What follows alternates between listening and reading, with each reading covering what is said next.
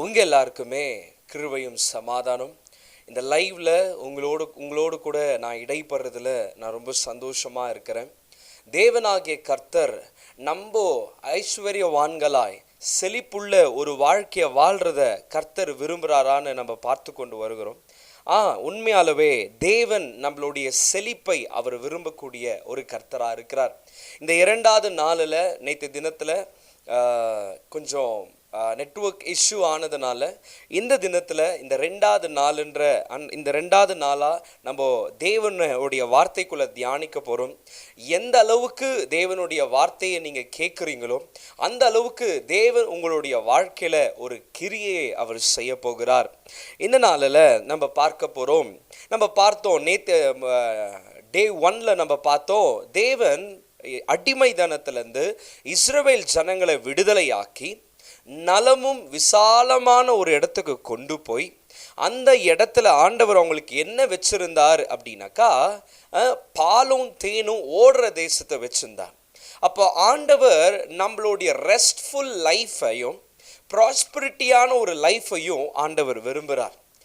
அவரை நம்புகிற பிள்ளைங்க தாழ்வில் விடுறதுக்கு அவர் விருப்பம் இல்லை. அதே மாதிரி இன்றைக்கு தேவன் உங்களுடைய வாழ்க்கையில் ஒரு பெரிய மாற்றத்தை, ஒரு பெரிய தரிசனத்தை அவர் வச்சிருக்கிறாரு. என்ன அப்படின்னாக்கா, இந்த உலகத்தின் பாவத்திலேருந்து, சாபத்திலேருந்து, தரித்திரத்திலேருந்து, குறைவிலேருந்து உன்னை விடுதலையாக்கி நலமும் விசாலமான பாலும் தேனும் ஓடுற தேசத்தில் அவர் உங்களை வைக்கணும்னு விரும்புகிறார். இயேசு கிறிஸ்து இந்த உலகத்தில் நம்ம இருக்கும் பொழுது அவர் சொல்கிறார், ஃபார் திஸ் ஜான் சொல்கிறாரு, John chapter 3:16, for this is how God loved the world, he gave his one and only son, so that everyone who believes in him will not perish but have eternal life. Hallelujah. தேவன் இந்த உலகத்தை இவ்வளவாய் நேசித்ததுனால தன் சொந்த குமாரன் இயேசு கிறிஸ்துவையே நமக்காக கொடுத்திருக்கிறார். அப்போ நம்ம எவ்வளோ முக்கியம்னு நீங்க பாருங்க. தேவன், பிதாவாகிய தேவனுக்கு அவருடைய கரங்களால் படைக்கப்பட்ட நம்மளை தேவன் எவ்வளோ முக்கியமாய் பார்க்குறாருன்னா, நம்ம இந்த உலகத்தில் இருக்கிறதுனால இந்த உலகத்தை தேவன் நேசித்து நமக்காக இயேசு கிறிஸ்துவை நம்மளுக்காக அவர் கொடுத்தாராம். ஆமேன்னு சொல்லுங்களேன். அவருடைய அன்பை அவர் எப்படி வெளிப்படுத்தினார்னா, நம்ம எல்லாம் நல்லவர்களாக இருக்கும் போது இல்லை, நம்ம எல்லாம் பாவிகளாக இருக்கையில் கிறிஸ்து இயேசு நமக்காக மரித்தாராம். அப்போ தேவன் இந்த உலகத்தின் மேல் இவ்வளவாய் அன்பு கூர்ந்திருக்கிறார். அளவுக்கு அடுங்காத ஒரு அன்பை நம்ம மேல வைத்திருக்கிறார். இப்போ நம்ம ஒருத்தர் மேல அன்பு வைத்திருக்கிறோம் அப்படின்னா தன் அன்பை ஏதாவது கொடுத்து வெளிப்படுத்துவோம். இல்லை ஒரு ஆண் ஒரு பெண்ணுக்கு அன்பு செலுத்துறான்னு சொன்னாக்கா ஒரு ரோஜாவோ இல்லை ஒரு டேரி மில்க்கோ இல்லை நினைக்காத டைமில் ஒரு நல்ல அவங்கள சர்ப்ரைஸ் பண்ணுற மாதிரி கிஃப்ட்டோ, இல்லை நம்ம தகப்பனார் நம்மளை நேசிக்கிறார், நம்ம தாயார் நம்ம நேசிக்கிறாங்கன்னா நம்ம கொடுக்கறதுல என்ன பண்ணுவாங்கன்னா அன்பை வெளிப்படுத்துவாங்க. எவ்வளோ ஸ்பெஷல் நம்ம சில பேர் கொடுக்குற கிஃப்டில் தான் பாருங்க நம்ம எவ்வளோ அவங்களுக்கு ஸ்பெஷலாக இருக்கிறோம்.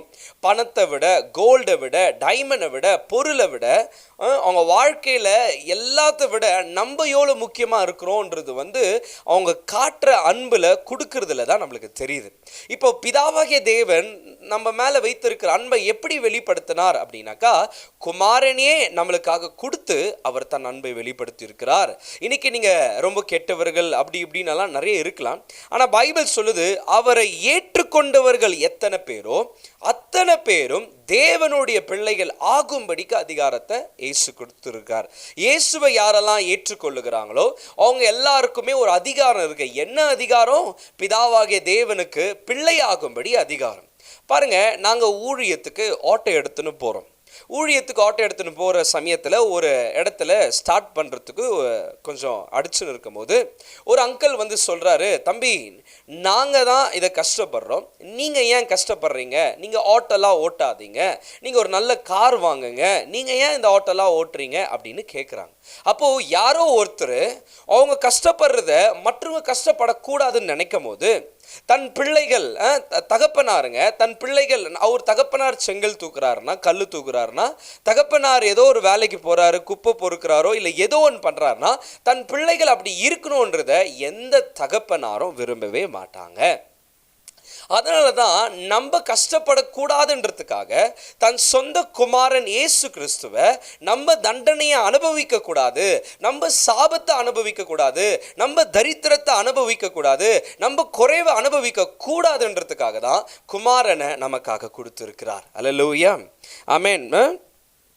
பாருங்க, அதான் சொல்றார் ஜான் சாப்டர் 1:12 சொல்றார், but to all who believed but to all who believed him and accepted him, he gave the right to become children of God. அவரை ஏற்றுக்கொண்டவர், அவரை நம்புருங்க, அவரை ஏற்றுக்கொள்ளுகிற இயேசு கிறிஸ்துவை யாரெல்லாம் ஏற்றுக்கொள்ளுகிறார்களோ அவர்கள் எல்லாருமே நம்புகிறார்களோ அவர்கள் தேவனுடைய பிள்ளைகள் ஆகும்படிக்கு அதிகாரத்தை கொடுத்துருக்கிறார். யார் வேணாலும் ஏற்றுக்கிறாங்க, யார் ஏற்றுக்கிறாங்களோ, யார் என் இருதயத்தில் வான்னு சொல்கிறாங்களோ அவங்க யாருன்னா இருக்கட்டும், நான் அவங்களுக்கு ஒரு அதிகாரத்தை கொடுக்குறேன், பிதாவாகிய தேவனுடைய பிள்ளைகள். அப்போ நம்ம யார் அப்படின்னாக்கா உன்னதமான தேவனுடைய பிள்ளைகளாக இருக்கிறோம்.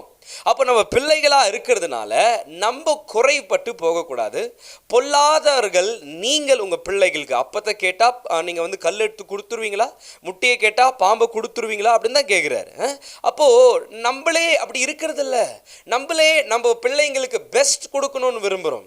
நம்மளே நம்ம பிள்ளைங்களுக்கு நல்ல படிப்பு கொடுக்கணும், நம்ம பிள்ளைங்க நல்ல ட்ரெஸ் போடணும், நம்ம பிள்ளைங்களுக்கு எல்லா விதமான ஃபெசிலிட்டிஸ் இருக்கணும்னு இந்த உலகத்தார் தகப்பனாரே விரும்புகிறார். ஆமென். அப்போ நிறைய பேர் பேசுறாங்க ஆண்டவருக்கு ஐஸ்வர்யம் பிடிக்கிறது இல்லை. அப்போ கோல்டு உருவாக்குனது கர்த்தர். செங்கலுங்க, மண்ணுங்க, மணலுங்க, மரக்கட்டைங்க, இப்போ எல்லாமே சில்வர், டைமண்டு, பிளாட்டினம், என்ன பேர்லு, இது எல்லாத்தையும் உருவாக்குனவர் கர்த்தர்.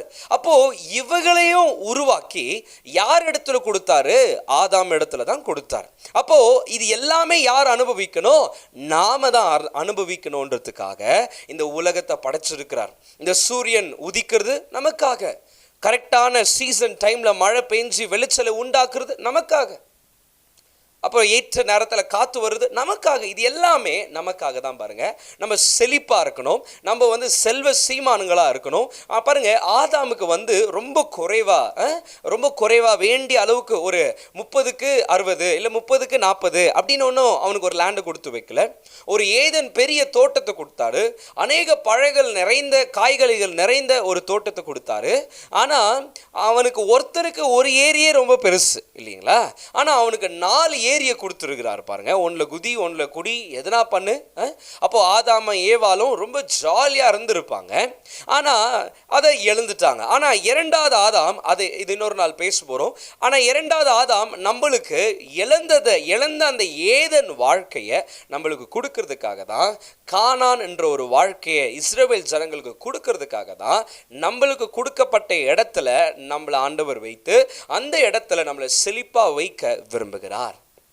பாருங்க, இஸ்ரவேல் ஜனங்கள் அழைக்கும் போது என் ஜனங்கள் படுகிற அவதின்னு சொல்றார், என் ஜனங்கள் என்றார்.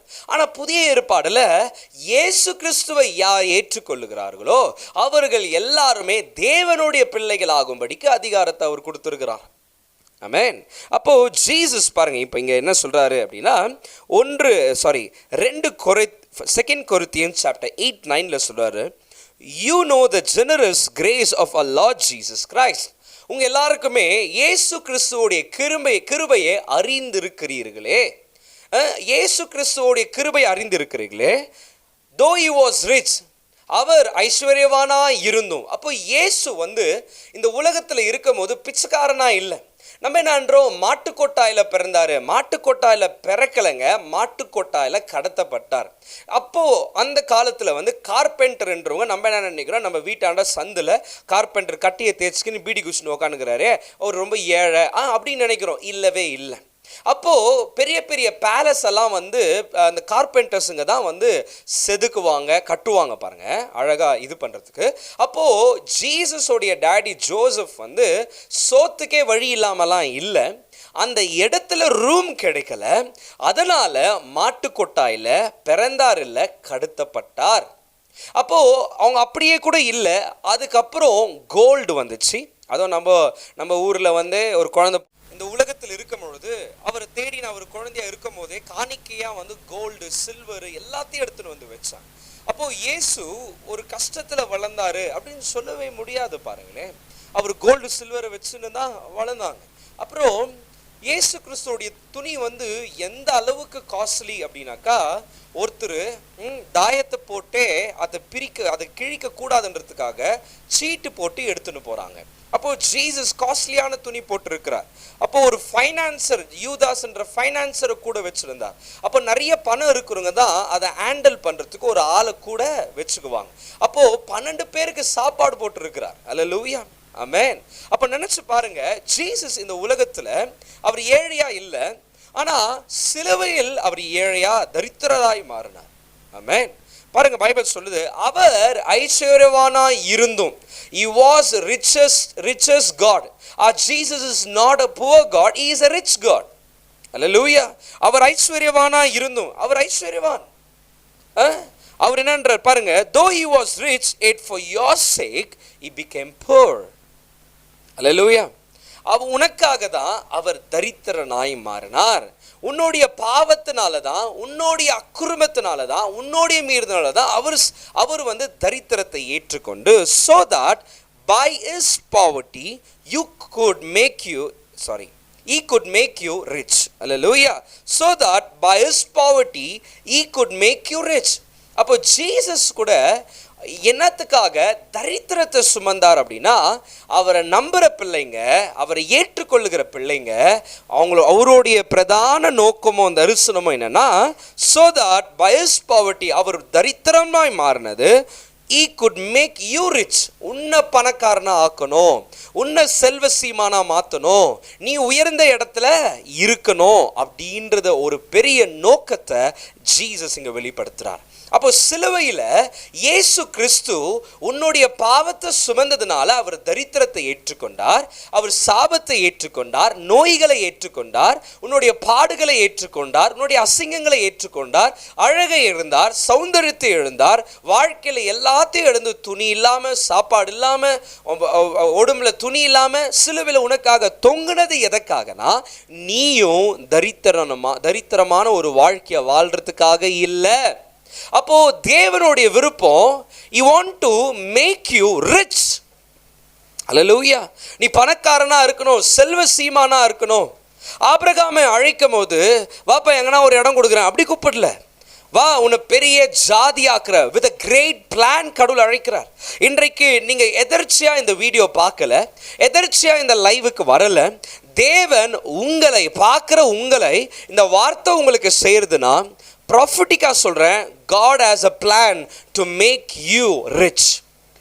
தேவன் உன்னை செல்வ சீமானா, கடன் இல்லாத ஒரு வாழ்க்கையை வாழ்றதுக்காக, அந்த வாழ்க்கையை உனக்கு கொடுக்கறதுக்கு அவர் விரும்புகிறார். அப்போ இந்த நாளில் நம்ம பார்த்தோம், 2 Corinthians, அதே 2 Corinthians 1:20 சொல்லுது,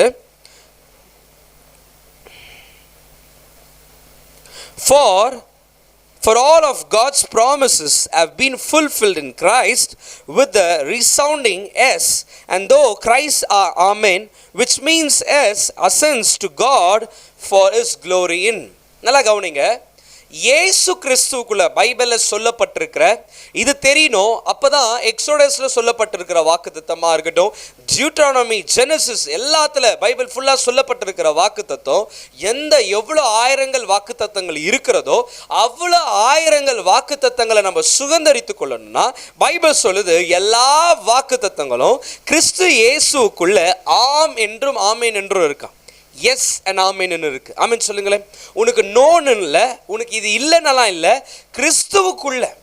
கிறிஸ்துவை நீ ஏற்றுக்கிறதுனால எல்லா வாக்கு தத்தமும் ஆம் என்றும் ஆமேன் என்றும் இருக்கு. அல்லேலூயா. டியூட்ரானமி 28 சொல்லப்படுகிறது எல்லாமே. ஆமேன். அப்போ இந்த 100 daysன்றது நம்ம ஏன் என்ன வச்சிருக்கோம்னா, ஆண்டவர் நமக்கென்று வைத்திருக்கிற வாக்கு தத்தங்களை நம்ம சுதந்திரித்து கொள்ள போகிறோம். கமான். நம்ம பணக்கார ஆகணும், நம்ம வாழ்க்கையில முன்னேறணும், செல்வ சீமானா இருக்கணும்ன்ற ட்ரீம் தப்பே இல்லை. அல்லேலூயா. நம்ம உயர்வுல இருக்கணும், தப்பே இல்லை. ஏன்னா காட் வந்து சொல்றாரு, by his poverty he could make you rich. அவருடைய தரித்திரத்து நிமித்தமாய் உன்னை அவர் ஐஸ்வர்யவானாய் மாற்ற விரும்புகிறார். நிறைய பேர் சொல்கிறாங்க ஆவிக்குரிய ஐஸ்வர்யம், இங்கே நீ கஷ்டப்படணும், வனாந்திரம், இது வனாந்திரம், பரலோகம் தான் கானான். இல்லைங்க, இஸ்ரவேல் ஜனங்க கானானில் வாழ்ந்தாங்களே, இன்னைக்கு அதுதானே இஸ்ரவேல். அல்லேலூயா. அப்போ இயேசு நம்ம நல்லா இருக்கணுன்றதுக்காக தான், நம்ம தரித்திரத்தில், நம்ம குறைவில், நம்ம பலவீனத்தில் வாழக்கூடாதுன்றதுக்காக தான் அவர் ஐஸ்வர்யவானா இருந்தும் நமக்காக தரித்திரனார். அவர் தரித்திரத்தின் நிமித்தமாய் நாம் ஐஸ்வர்யவானா ஆகிறது தான் தேவனுடைய சித்தமாக இருக்கு. அப்போ நீங்கள் எல்லாரும் கேட்பீங்களே, தேவனுடைய சித்தமா, தேவனுடைய சித்தமா, தேவனுடைய சித்தமா, நான் இப்படி பண்ணுறது தேவன். ஆமாங்க, நீ செல்வ சீமானா இருக்கணுன்றது தேவனுடைய பிரதானமான சித்தம். அவர் மேஜராக நிறைய நம்மளுக்கு செஞ்சுருக்கிறாரு. அதில் மேஜராக நம்மளுடைய நீதிக்காக, நம்மளுடைய சாபத்துக்காக, நம்மளுடைய நோய்க்காக, அதே மாதிரி நம்மளுடைய தரித்திரத்துக்காக, நம்ம குறைவாக இருக்கக்கூடாது, நம்ம ஒன்றுத்துக்குமே இல்லாத ஆகிடக்கூடாது. இந்த அவருடைய பெரிய ட்ரீம் என்னென்னா, உன்னை ஐஸ்வர்யவானாய் மாற்றணும். அல்லேலூயா. ஸோ இந்த நாளில் தேவன் உங்களோடு கூட இடைப்பட்டிருக்கிறார். தேவனுக்கென்று கொடுக்குற அந்த காணிக்கையை நீங்கள் விதைங்க. ஒவ்வொரு நாளும் நீங்கள் விதைக்கும் பொழுதும், இல்லை எப்பெல்லாம் உங்களுக்கு தோன்றுதோ, இந்த வார்த்தை நீங்கள் ஆசீர்வதிக்கப்பட்டிருப்பீங்கன்னா, நீங்கள் விதைப்பீங்கன்னா, இந்த வார்த்தையை, ஆவிக்குரிய வார்த்தைகளை நீங்கள் அறுக்கும் பொழுது சரீரத்துக்குரிய விதைகளை நீங்கள் விதைங்க, நன்மைகளை விதைங்க. கர்த்தர் உங்களை அவர் ஆசீர்வதிப்பார். இந்த நாளில் உங்களுக்காக ஜெபம் பண்ணுறேன். நீங்கள் விதைங்க, உங்களுக்காக நான் ஜெபம் பண்ணுறேன். கர்த்தர் உங்களுடைய வாழ்க்கையில் பெரிய காரியங்களை அவர் செய்ய போகிறார். தொடர்ந்து என்னோட கூட இணைங்க. நாளைய தினத்தில் நம்ம பார்க்க போகிறோம், இயேசு நமக்காக சாபமானார். எதுக்கு சாபமானார்? நாம் ஆசீர்வாதமாக இருக்கிறதுக்காக. So get ready. இது இந்த சத்தியங்களை நீங்கள் தெரிகிற வரைக்கும் ஆண்டவருடைய சித்தம் இது. என்ன சித்தம்? நம்ம பணக்காராவது, செல்வ சீமானா இருக்கிறது ஆண்டவருடைய சித்தம். ஸோ தொடர்ந்து என்னோடு கூட காலையில் 6 மணிக்கு இணைஞ்சிருங்க. ஆவியான தேவன் உங்களோடு கூட இடைப்படுவார். பெரிய காரியங்களை, உங்களுக்குள்ள பெரிய தரிசனங்களை கொடுப்பார். Yes, God loves me. கடவுள் நான் நல்லா இருக்கிறத விரும்புகிறார், நான் செல்வ சீமானா இருக்கிறத விரும்புகிறார். அவருக்கு இயேசுவே கொடுத்து தரித்திரனாய் அவர் சுமக்க வச்சு, ஏன் இயேசு தரித்திரனா மாற? நான் ஐஸ்வர்யவானா இருக்கணுன்றதுனால அவர் தரித்திரனா மாறிருக்கிறார். என் தகப்பன் எனக்கு சம்பாதித்ததை நான் சுதரித்து கொள்ள போகிறேன் அப்படின்னு நீங்கள் சொல்லும் பொழுது கர்த்தர் உங்களுடைய வாழ்க்கையில் பெரிய காரியங்களை அவர் நிச்சயமாக செய்வார். இருக்கிற இடத்துல கண்களை மூடுங்க. நான் உங்களுக்காக ஜெபம் பண்ணுறேன். கர்த்தராகிய தேவன் உங்களுடைய வாழ்க்கையில் இன்னைக்கு பெரிய காரியங்களை செய்வார். நல்ல தகப்பனே, சத்தியத்தை அறிவீர்கள், சத்தியம் உங்களை விடுதலையாக்கும் என்று வார்த்தைக்கு ஏற்ப என் தேவனாகிய கர்த்தர் இந்த நாளில் நீர் இந்த பிள்ளைகளோடு கூட நீர் இடைப்படுவீராக. உடைய மகிமையை நீர் வெளிப்படுத்துவீராக, உடைய ஆச்சரியத்தை வெளிப்படுத்துவீராக, உடைய அசாதாரத்தை வெளிப்படுத்துவீராக, உடைய மகத்துவத்தை வெளிப்படுத்துவீராக. அப்பா, நீங்கள் கொடுத்த இந்த வெளிப்பாடுகளுக்கு நன்றி. எங்களை நாங்கள் செல்வ சீமான்களா, ஆண்டவரே ஐஸ்வர்யவான்களா ஆகிறதுக்காக இயேசு தரித்திரத்தை சுமந்திருக்கிறார். தன் அன்பை நீர் குமாரனை கொடுத்து நீர் வெளிப்படுத்தியிருக்கிறீர். அந்த குமாரனை நாங்கள் நம்புகிறோம். இந்த நாளில் you have a dream that we should become rich, daddy, not in poverty. நாங்கள் தரித்திரத்தில் வாழ்கிறதுக்காகவோ குறைவில் வாழ்கிறதுக்காகவோ நீங்கள் விரும்பலை. தேவன் பெரிய காரியங்களை நீங்கள் செய்யுங்கப்பா, அற்புதங்களை செய்யுங்க. இயேசுவின் மூலம் ஜெபிக்கிற நல்ல தகப்பனே, ஆமென். உங்கள் எல்லாருக்கும் கிருபையும் சமாதானம் கர்த்தர் உங்களோடு கூட இருந்து பெரிய காரியங்களை செய்வாராக. ஆமென்.